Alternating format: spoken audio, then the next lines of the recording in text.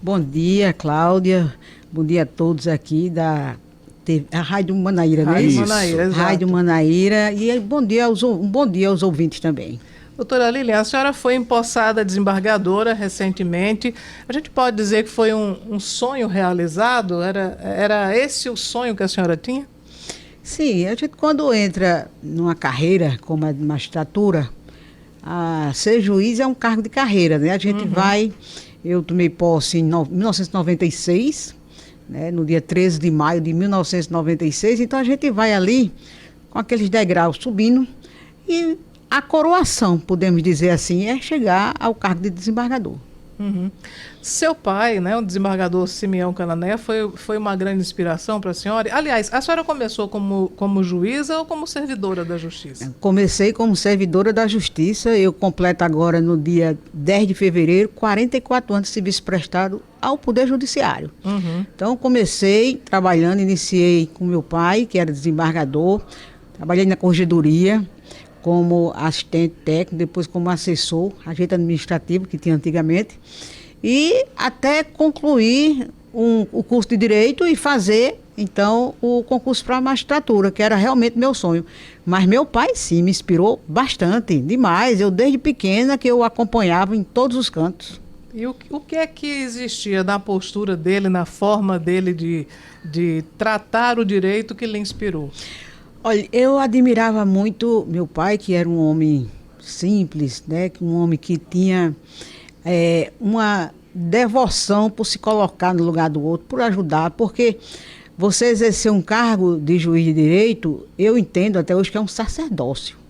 Se você não tem a vocação, você não aguenta muito tempo, porque é um cargo muito solitário. É um cargo que lhe exige muito, né? Muitas vezes você deixa um pouco a família de lado porque você tem interesses maiores envolvidos.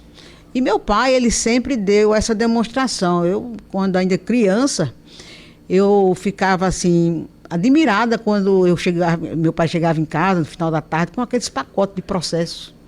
E a gente tinha uma propriedade em Rimis, que ainda hoje a gente tem, e ele levava aqueles processos para despachar lá, e ele espalhava, e eu achava aquele bonito, e pegava para folhear, sabe? Então, eu tinha esse sonho. Desde cedo a senhora já foi se familiarizando com a linguagem dos processos, com a forma de narrar aqueles casos, com também o fato dele, porque o juiz faz isso, né? Decidir a vida das pessoas. Sim. É uma tarefa árdua, né? Eu aprendi desde muito cedo a me colocar no lugar do outro, sabe? E eu acho que a vida me ensinou muito. Quando a gente não se coloca, a vida vem e coloca.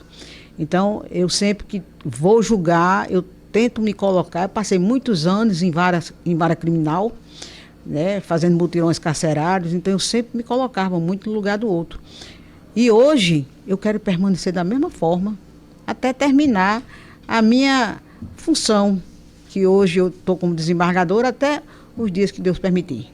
Em relação a essa questão da situação carcerária, qual é a sua visão sobre enfim, as instituições da Paraíba? E tem muita gente cobrando encarceramento, tem que prender, diminuir a idade penal, para prender adolescente. O que a senhora pensa disso tudo?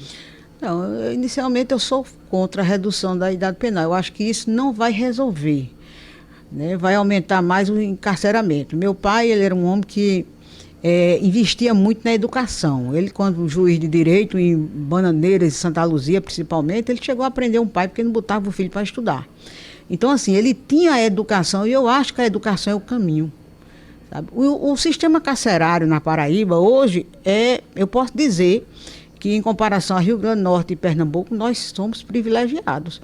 Raramente acontece uma rebelião aqui nos presídios da Paraíba. Quando acontece alguma coisa, como aconteceu recentemente em Catolé do Rocha, logo se contorna, porque é um sistema que tem compromisso. Eu tenho que dizer realmente que tem compromisso. Eu fui até o dia da minha posse coordenadora dos mutirões carcerários. E andei praticamente o estado todo. E eu lhe digo, prender só por prender, não. Tem que se prender realmente com responsabilidade e eu acredito que a Justiça da Paraíba sim o faz. O que nós temos é porque existem muitos casos, por exemplo, de crimes de associação, por exemplo. Aí você faz uma operação, prende 30, 40 pessoas de uma vez. Isso termina por tratar um processo mais complexo, termina por ficar com muitas pessoas lá. Mas a execução penal em si, ela tramita bem aqui na Paraíba. Ela tem essa questão da ressocialização, né? Nós trabalhamos muito em cima da ressocialização. Esses programas dão certo, os programas de ressocialização? Dão certo. E olhe que eu fiquei muito feliz agora com o Enem. Nós tivemos um preso aqui na redação, ele obteve 960 pontos. Né? Então, assim, esses programas, né, eles fazem faculdade, né, a EAD, é a distância. Eles trabalham, o presídio de Santa Rita mesmo, que era comigo, sob minha coordenação lá, a execução penal, fábrica de vassoura, aulas de manhã, de tarde e de noite, horta, que é muito importante. Então, assim, a parte da ressocialização é muito importante.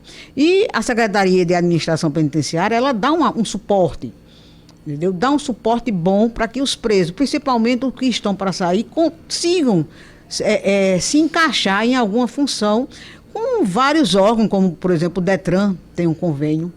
Então, eu acredito muito que aquele que comete um erro, todos nós somos passivos, né? Comete o erro, ele tem a oportunidade, se assim for da vontade dele, de se recuperar. Agora, se dá tão certo esses programas, não seria viável aumentar esses programas até para ter uma socialização maior? Sim, com certeza. E isso foi tema de muito debate já. Agora, a Secretaria de Administração Penitenciária, ela é vinculada ao governo do Estado. E como o doutor João Alves, secretário, sempre fala, a gente depende muito de verba. Então, assim, é um trabalho de formiguinha, que vai aos poucos aumentando. A gente já evoluiu bastante, né? Evoluiu muito. E os órgãos da justiça, como eu mesmo na execução penal, várias vezes a gente conseguiu fazer bancar algum projeto, digamos assim, com recursos de medidas como a ANPP, o Juizado lá Especial de Santa Rita também, agora mesmo também está analisando um projeto do presídio, de uma forma ou de outra, ajudar. Porque eu acredito que a execução penal, ela não é um trabalho só do executivo, ela é um conjunto, né? Tem que temos que somar forças. Doutora Lilian, quais são as principais dificuldades na carreira do magistrado ou da magistrada? No seu caso, quais foram as principais dificuldades que a senhora enfrentou nessa trajetória? Olha, a dificuldade principal que a gente encontra, eu fui uma juíza que sempre gostou de morar em interior. Então, assim, quando eu passei no concurso, eu tinha 2 filhas pequenas e estava esperando meu 3º filho.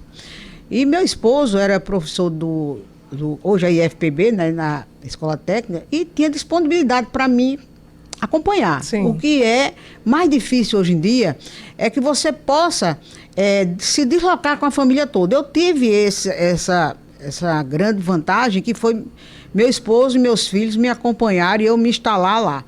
Agora, é uma profissão solitária, né? Então, como eu percebi isso, a gente é muito só. A gente se envolve com a comunidade, mas se envolve de uma forma que não pode fazer muitas amizades, não pode estar frequentando casa de vizinhos, esse negócio todo, porque termina, não são todos, mas terminam que misturam as coisas. Mas eu fui muito feliz nessa parte e resolvi, então, junto com uma amiga que hoje é juíza em Cabedelo, e a gente, então, vendo as dificuldades, a gente saía visitando as colegas, que inclusive vinham de outro estado e se sentiam só também. Então, nós formamos um grupo de magistradas e assim a gente se reunia com frequência justamente para debater questões inerentes, não Sim. só ao fato de ser juiz, mas ao fato também de ser mulher. Né? Que não é fácil o cargo de juiz para homem, mas também não é fácil para a mulher. E nós que temos várias e várias outras funções inerentes da própria classe feminina, né? E existe discriminação em relação às magistradas? A senhora sentiu em algum momento isso na sua carreira? Olha, existia, na minha época, quando eu entrei, eram poucas juízas, depois foi chegando mais, e sempre existiu, né? Infelizmente a gente tem, acho que é questão mesmo de, digamos, histórica, né? Essa situação, mas que já mudou muito. Veja que hoje a gente tem um Tribunal de Justiça formado por 26 desembargadores, 6 são mulheres. Né? Então a gente já vê. Completou-se 6 agora com a sua chegada. Com a minha chegada. Então, assim, já vê que é uma situação que está evoluindo. E com essa decisão do CNJ de que tivesse essa questão da votação da magistratura por gênero também, a gente avançou, né? Entramos, eu e Túlia, a desembargadora Túlia, e espero daqui a uns anos não haver mais necessidade disso, né? Que a gente já tenha um tribunal realmente integrado por homens e mulheres, que é o que é o interesse nosso. Mas essa questão de preconceito, no começo sim, a gente sente algumas questões, mulher, não sei o quê, mas hoje em dia está bem melhor. E quanto à violência contra a mulher que chega em muitos processos, como é que a senhora avalia esse quadro, que felizmente eu acho que ainda vai demorar a mudar? É muito lamentável, né? Inclusive, as pessoas dizem, mas depois que se criou a lei da violência doméstica, os crimes aumentaram. Não, os crimes não é que aumentaram, os crimes estão sendo mais denunciados. Evidentemente que a gente tem visto aí homicídios acontecendo, feminicídios acontecendo, de uma certa forma a criminalidade ela cresceu de uma forma geral, né? Os homicídios também cresceram, e essa questão do gênero, de matar pelo gênero mulher, é muito lamentável, né? Isso é uma questão também cultural, acredito. E com o tempo, mas o governo do estado tem feito um bom trabalho, né? A gente tem visto aí muitas e muitas situações sendo contornadas. Essa questão, eu mesmo, quando estava de plantão, pegava várias... Hoje, com a mulher sendo vítima de violência, e o fato de até o vizinho ouvir e poder denunciar, tem sido um avanço maravilhoso, porque muitas vezes ela não denuncia por medo. Exato. Né? Então, assim, é aquela situação, na vida de casal ninguém mete a colher, mas no caso das mulheres a gente tem que meter mesmo. Né? Se você está ouvindo alguém numa discussão maior ali, mais acalorada, tem que chamar para evitar que aconteça um mal maior. Então, nós estamos evoluindo, né? Punindo quem tem que ser punido, porque isso é importante, tem que mostrar que a justiça está ali atenta para punir quem realmente merece, né? E que todos têm que ser tratados com respeito. Para o nosso ouvinte que está acompanhando nesse momento, quer saber como é que vai ser o período de doutora Lilian como desembargadora. Como é que a senhora definiria o seu perfil? Continuo juíza, né? Sempre serei juíza. Estou num patamar mais elevado pela hierarquia, como cheguei a desembargadora, com muita honra para mim, uma honra imensa.